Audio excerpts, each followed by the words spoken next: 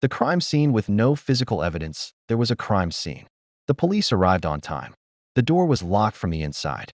But there was no body, no blood, no fingerprints. And yet, someone was already dead. The first thing Detective Jude Richard noticed about the apartment was what wasn't there. No broken glass. No overturned furniture. No signs of a struggle. The place smelled faintly of lemon cleaner, like someone had gone out of their way to erase normal life. The door was locked.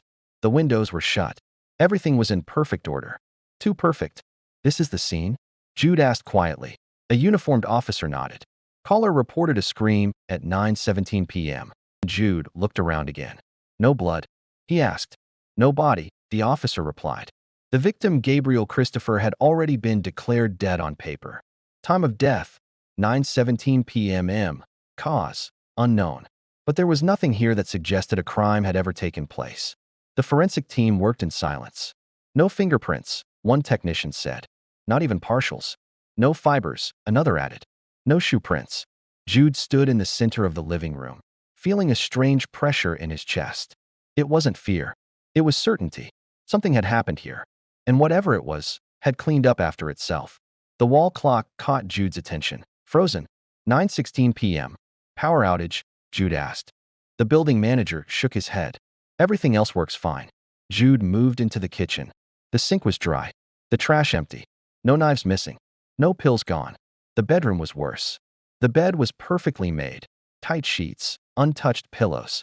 Except for one detail. The mattress was warm. "Someone was here," Jude whispered.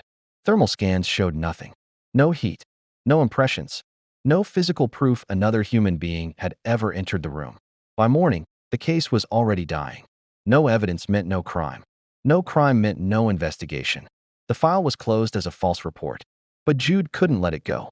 Because you don't call the police for nothing. And people don't die without leaving something behind. 3 nights later, Jude returned alone. The apartment was still sealed. Still silent. The moment he stepped inside, the air changed. Thicker, heavier, aware. The clock ticked once. Then stopped. Jude's phone vibrated. A message appeared with no sender. "You missed it." The temperature dropped. Jude turned toward the bedroom. The bed was no longer perfect. A single depression formed in the mattress. Slowly, as if someone were lying down. Breathing, but invisible.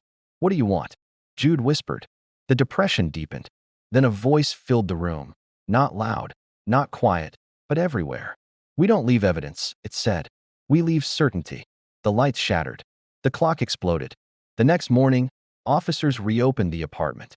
This time, there was evidence everywhere. Fingerprints. Blood. Fibers. A body on the bed. Detective Jude Richard was pronounced dead at 9:17 p.m. Cause of death, unknown. The apartment was spotless, except for the clock, still frozen at 9:16.